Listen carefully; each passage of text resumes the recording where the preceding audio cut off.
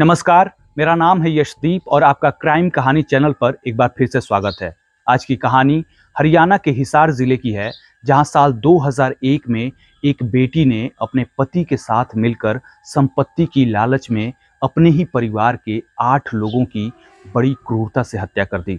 इस केस को पुनिया मर्डर्स या रेलू राम पुनिया मर्डर केस के नाम से जाना जाता है। हरियाणा के हिसार जिले के रहने वाले रेलू राम पुनिया अपनी अकूत संपत्ति की वजह से एक जाने माने नाम थे, पर उनके पास ये संपत्ति हमेशा से नहीं थी। वो एक गरीब परिवार में पैदा हुए थे। एक ट्रक क्लीनर के रूप में उन्होंने पैसे कमाने की शुरुआत की, फिर बाद में काले तेल का धंधा करने लगे, जिससे उन्होंने अकूत चल अचल संपत्ति बना ली। अपनी मेहनत के दम पर उन्होंने हिसार, दिल्ली और फरीदाबाद में कई जमीन और कई फ्लैट्स खरीद लिए। रेलू राम पुनिया 123 एकड़ जमीन के मालिक थे। उनका फार्म हाउस ही केवल 25 एकड़ में फैला हुआ था। उस समय उनकी कुल संपत्ति 50 करोड़ के आसपास थी। उन्होंने अपने रहने के लिए एक आलीशान हवेली बनवाई थी, जिसके पहले मंजिल तक कार आ जा सकती थी। दूर दूर से लोग उस हवेली को केवल देखने के लिए जाया करते थे। काले तेल के धंधे के बाद रेलू राम पुनिया ने राजनीति में भी अपनी किस्मत को आजमाया और किस्मत ने उसमें भी उनका साथ दिया। रेलू राम पुनिया साल 1996 में हरियाणा के बरवाला विधानसभा से एक निर्दलीय उम्मीदवार के रूप में चुनावी अखाड़े में खड़े हुए और चुनाव जीतकर एमएलए भी बने। हालांकि अगले चुनाव में उन्हें हार का सामना करना पड़ा। रेलू राम पुनिया ने 2 शादियां की थीं। पहली पत्नी ओमी देवी से उनको एक बेटा हुआ था, सुनील, और दूसरी पत्नी कृष्णा देवी से उन्हें 2 लड़कियां हुई थीं। पहली लड़की का नाम था सोनिया और दूसरी का नाम था प्रियंका उर्फ पम्मी। बेटे सुनील के बड़े होने पर रेलू राम जी ने उसकी शादी शकुंतला से करा दी। सुनील को 3 बच्चे हुए, जिनमें एक लड़का और 2 लड़कियां थीं, लोकेश, शिवानी और प्रीति। रेलू राम पुनिया के तीनों बच्चों में सोनिया उनकी कुछ ज़्यादा ही लाडली थी और शायद उनके ज़्यादा लाड ने ही सोनिया को ज़िद्दी बना दिया था। सोनिया अपनी हर ख्वाहिश को अपने ज़िद से पूरा करा लेती। रेलू राम पुनिया के पास भी किसी चीज़ की कमी नहीं थी, तो वो भी अपनी बेटी की हर ख्वाहिश को पूरा करते गए। सोनिया को बचपन से ही ताइक्वांडो का बड़ा शौक था, तो वो बचपन से ही इसकी प्रैक्टिस करती। जब वो बड़ी हुई तो ताइक्वांडो की राज्य स्तर की तैयारी करने के लिए दिल्ली चली गई। दिल्ली में खेल के मैदान पर सोनिया की मुलाकात संजीव कुमार नाम के एक व्यक्ति से हुई। संजीव जूडो का बहुत अच्छा खिलाड़ी था। दोनों में दोस्ती हुई और जब दोस्ती गहरी हुई तो प्यार में बदली। जल्दी ही दोनों ने एक दूसरे से शादी करने का फैसला कर लिया, पर इस शादी में एक अड़चन थी, और वो अड़चन थी संजीव का एक सामान्य परिवार का होना। जब सोनिया संजीव की शादी की बात रेलू राम पुनिया तक पहुंची तो वो इस बात को लेकर भड़क गए। कहाँ सोनिया एक रईस बाप की बेटी और कहाँ संजीव एक मध्यम वर्गीय परिवार का साधारण लड़का।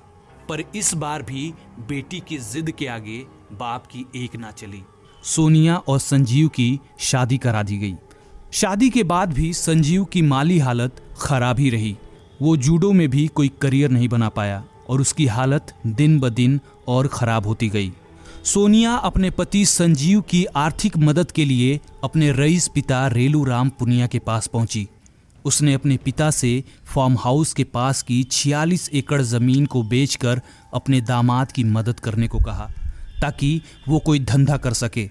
ये बात रेलू राम के लड़के और सोनिया के सौतेले भाई सुनील को बिल्कुल भी पसंद नहीं आई। दोनों भाई बहन संपत्ति को लेकर आपस में बहस करने लगे। सुनील ने जमीन बेचने से साफ मना कर दिया। सोनिया अपने भाई की बात सुन के गुस्से से तमतमा गई। उसने अपने भाई के ऊपर रिवॉल्वर तान दी। कैसे भी उस दिन उस विवाद को शांत कराया गया, पर सोनिया के दिल में उस विवाद ने आग लगा दी। सोनिया ने उस दिन कसम खाई कि अब कैसे भी करके वो अपने बाप और भाई से सारी जायदाद छीन के रहेगी, इसके लिए चाहे उसे किसी का कत्ल ही क्यों ना करना पड़े। सोनिया की हालत किसी चोट खाए शेरनी की तरह हो गई थी। वो जान चुकी थी कि रेलू राम पुनिया की संपत्ति इतनी आसानी से उसके हाथ नहीं लगेगी, तो इसके लिए उसने एक बेहद ही खतरनाक योजना बनाई। पूरे पुनिया परिवार को जान से मार डालने की। सोनिया ने जब अपने इस दिल की बात को अपने पति संजीव से बताया तो संजीव को विश्वास ही नहीं हुआ कि सोनिया ऐसा भी सोच सकती है। वो अपनी पत्नी के इस रूप को देख के कांप गया। पहले तो संजीव ने उससे ऐसा करने के लिए मना किया, उसे समझाया, पर सोनिया की जिद और करोड़ों की संपत्ति की लालच ने उसका मन बदल दिया। वो उस हैवानियत के लिए तैयार हो गया। सोनिया घात लगाकर सही समय का इंतजार करने लगी।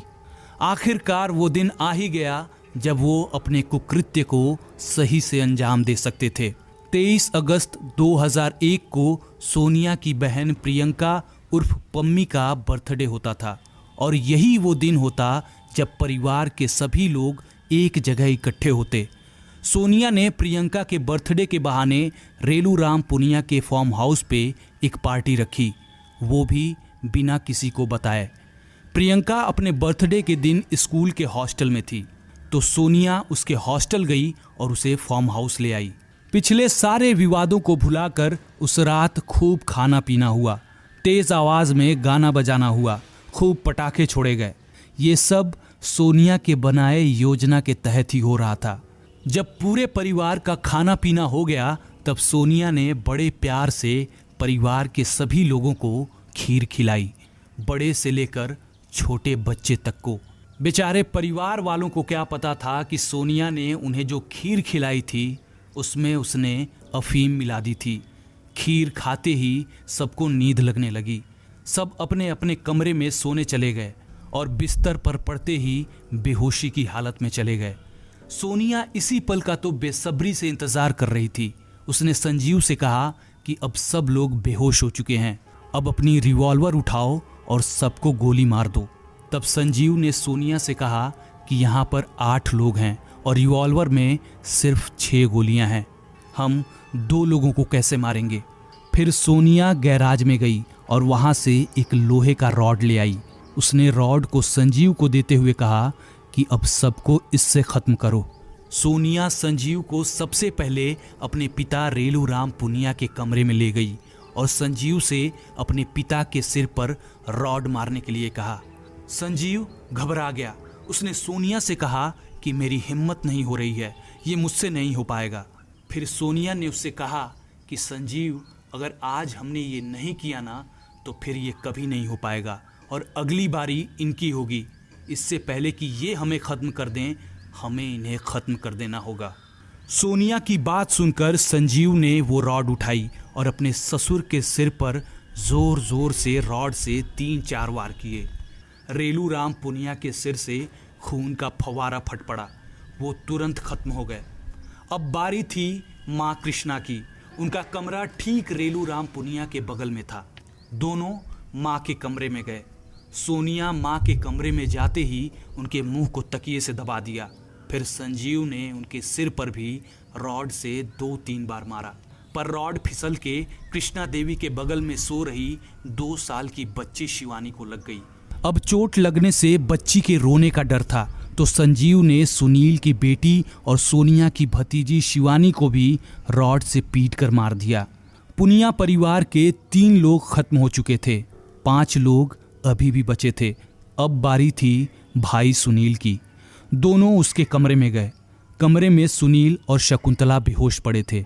सुनील हट्टा कट्टा और लंबे चौड़े कदकाठी का था। सोनिया और संजीव को डर था कि अगर सुनील जाग गया तो वो उन दोनों के लिए मुसीबत खड़ी कर देगा, तो उन्होंने पहले उसके हाथ और पैर को बांध दिया, फिर उसे भी बड़ी क्रूरता से रॉड से पीट कर मार डाला। इसके बाद सुनील की पत्नी शकुंतला के साथ भी वही हैवानियत की गई। अब सोनिया ने अपने पति के साथ मिलकर अपनी 16 साल की छोटी बहन प्रियंका, 4 साल का भतीजा लोकेश और करीब 3 महीने की दूधमुही भतीजी प्रीति को भी उसी रॉड से पीट पीट कर मार डाला। न जाने सोनिया और संजीव के दिमाग पर प्रतिशोध, लालच और संपत्ति की हवस ने ऐसा क्या खेल खेला था कि दोनों के हाथ उन बच्चों की जान लेते हुए एक बार भी नहीं कांपे। सोनिया और संजीव तो खुद एक 1.5 साल के बच्चे के माँ बाप थे। उन दोनों पति पत्नी ने 23 अगस्त की रात को मात्र 2 घंटे में 8 लोगों की जान ले ली थी। इसके बाद सोनिया ने संजीव से कहा कि अब इसी रॉड से तुम मुझे भी मारो, ताकि इस हत्याकांड में किसी का शक हम पे ना जाकर किसी बाहरी व्यक्ति पे जाए। फिर संजीव ने वैसा ही किया जैसा सोनिया ने कहा। दुनिया को भरमाने के लिए उसने अपनी बीवी के सिर पर उसी रॉड से वार किया। इसके बाद सोनिया संजीव को कार से फार्म हाउस से बाहर भी छोड़ आई।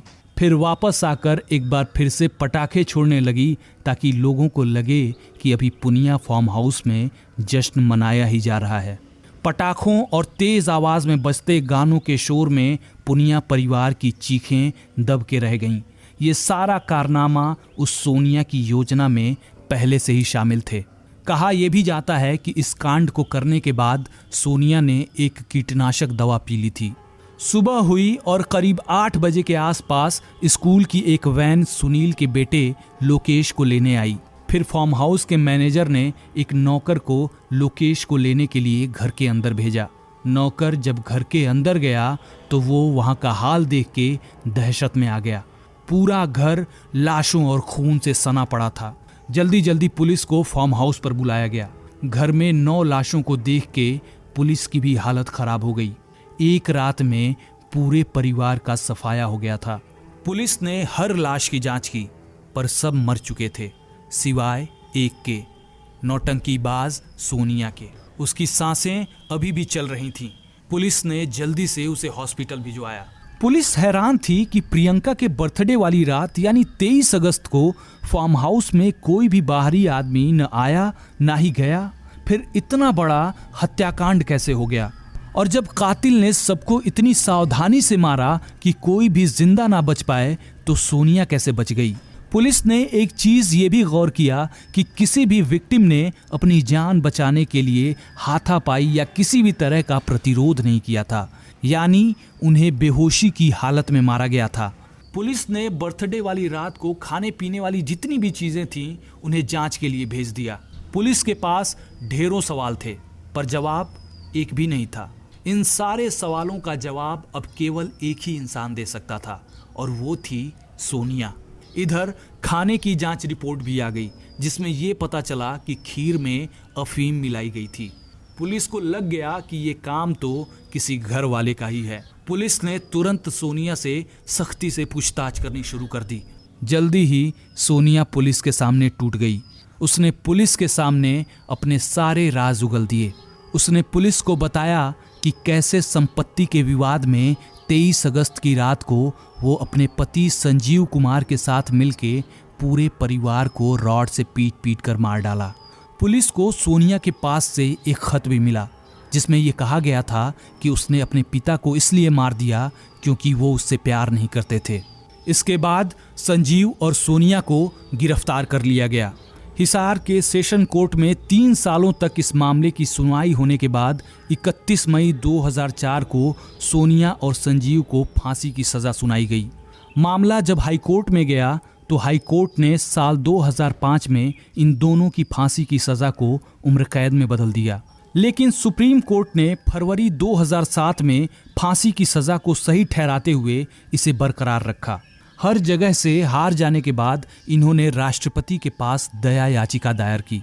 कई सालों तक ये याचिका राष्ट्रपति ऑफिस में पड़ी रही। साल 2013 में ये याचिका राष्ट्रपति प्रणब मुखर्जी के पास पहुंची।